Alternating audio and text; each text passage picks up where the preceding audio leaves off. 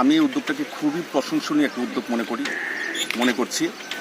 ব্রাহ্মণবাড়িয়া জেলাবাসী এবং ব্রাহ্মণবাড়িয়া পৌরসভাতে যারা বাস করেন, আমাদের এই ঐতিহ্যবাহী খালটাকে অত্যন্ত একটা গুরুত্বপূর্ণ খাল। আজকের সব ড্রেনেজ ব্যবস্থা থেকে ধরে পানি নিষ্কাশনের যে ব্যবস্থা, সেটা এই খাল দ্বারা হয়। এই উদ্যোগটাকে আমি অত্যন্ত গুরুত্ব সহকারে এবং প্রশংসা দৃষ্টিতে দেখছি।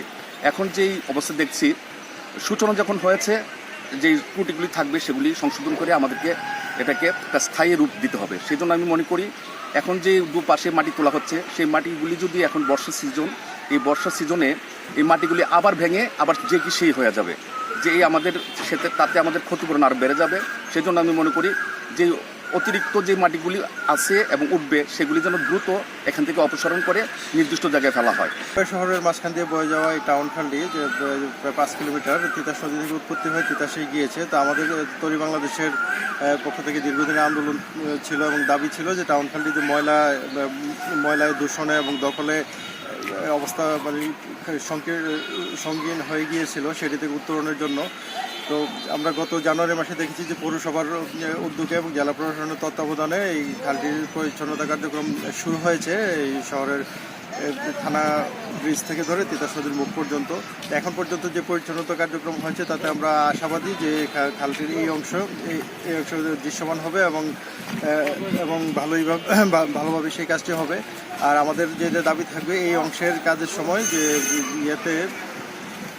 তিতাস নদী থেকে যেখানে উৎপত্তি হয়েছে ওইখানে মুখটা যেন ভালোভাবে কেটে দেয়, তাহলে এটাতে পানি প্রবেশ করতে পারবে। পানি প্রবেশ করলে আমাদের যে ময়লার যে এটা থাকবে না। আর হলো এই পর্যায়ে যতটুকু হয়েছে তারপরে এটা শেষ হওয়ার পরে আমরা আশা করব যে এটার পেছন থেকে ধরে পুরো টাউন খালটি খনন এবং পরিচ্ছন্নতা এবং দখল মুক্তকরণের কার্যক্রম নেবে পৌর কর্তৃপক্ষ এবং সংশ্লিষ্ট অন্যান্য যে ডিপার্টমেন্টগুলো আছে এগুলো। তা আমরা আশাবাদী যে টাউন খালটি একটি সড়কে ফিরে আসবে এবং আমাদের শহরবাসীর যে এটা একটা পুরাতন একটা নৌপথ ছিল, নৌপথটা চালু হবে এবং শহরবাসীর যে বিনোদনের যে একটা অভাব রয়েছে সেই চিত্ত বিনোদনের ক্ষেত্র হবে আমাদের এই যে টাউন খাল। এই যে ঐতিহ্যবাহী টাউন খালটি 4.8 কিলোমিটার নদী থেকে উৎপত্তি হয়ে নদীতে মিলিত হয়েছে। এই খালটি নিয়ে কিন্তু তরি বাংলাদেশের দীর্ঘদিনের আন্দোলন চলছে। আমাদের এখানে সুনির্দিষ্ট 5টি দাবি আছে। এখানে খালের সীমানা নির্ধারণ, এখানে সীমানা পিলার স্থাপন এবং দখলদারকে উচ্ছেদ সহ এখানে এই যে রিটার্নিং ওয়ালের আমরা দাবি করেছি যে সিসি ব্লক দিয়ে কিন্তু খালের দুই পাশ সরু করে ফেলা হয়েছে খালটিকে এবং গভীরতা নষ্ট করা হয়েছে। আমরা আশা করব এবং আমাদের যে দাবি আছে, এখানে দাবিটা হলো যে এখানে রিটার্নিং ওয়াল, এই সিসি ব্লক অপসারণ করে রিটার্নিং ওয়াল করলে খালের প্রশস্ত বাড়বে এবং এখানে নাব্যতা আসবে, 12 মাস পানি ধরে রাখা যাবে। আমরা সাধুবাদ জানাচ্ছি আমাদের আন্দোলনের ফলে কিন্তু এখানে এই ফকিরা পুল থেকে তিতাস নদী পার পর্যন্ত কিন্তু এখন মোটামুটি একটা পরিষ্কার কার্যক্রম চলছে। এই কাজটা যদি আবার একটু খণ্ড খণ্ড করে যদি একজন গোপন ঘাট পর্যন্ত নেওয়া যায় তাহলে কিন্তু এখানে প্রাণ ফিরে আসবে। তো আমরা অনুরোধ করব এই পুরো খালটিকে যেন নান্দরিক করে তোলা হয় এবং এখানে 12 মাস পানি ধরে রাখার ব্যবস্থা যেন কর্তৃপক্ষ করে, এই দাবিটুকু আমরা আজকে করছি। আপনাদেরকে ধন্যবাদ ব্রাহ্মণবাড়িয়া পৌরসভার পক্ষ থেকে যে আপনারা অবগত আছেন।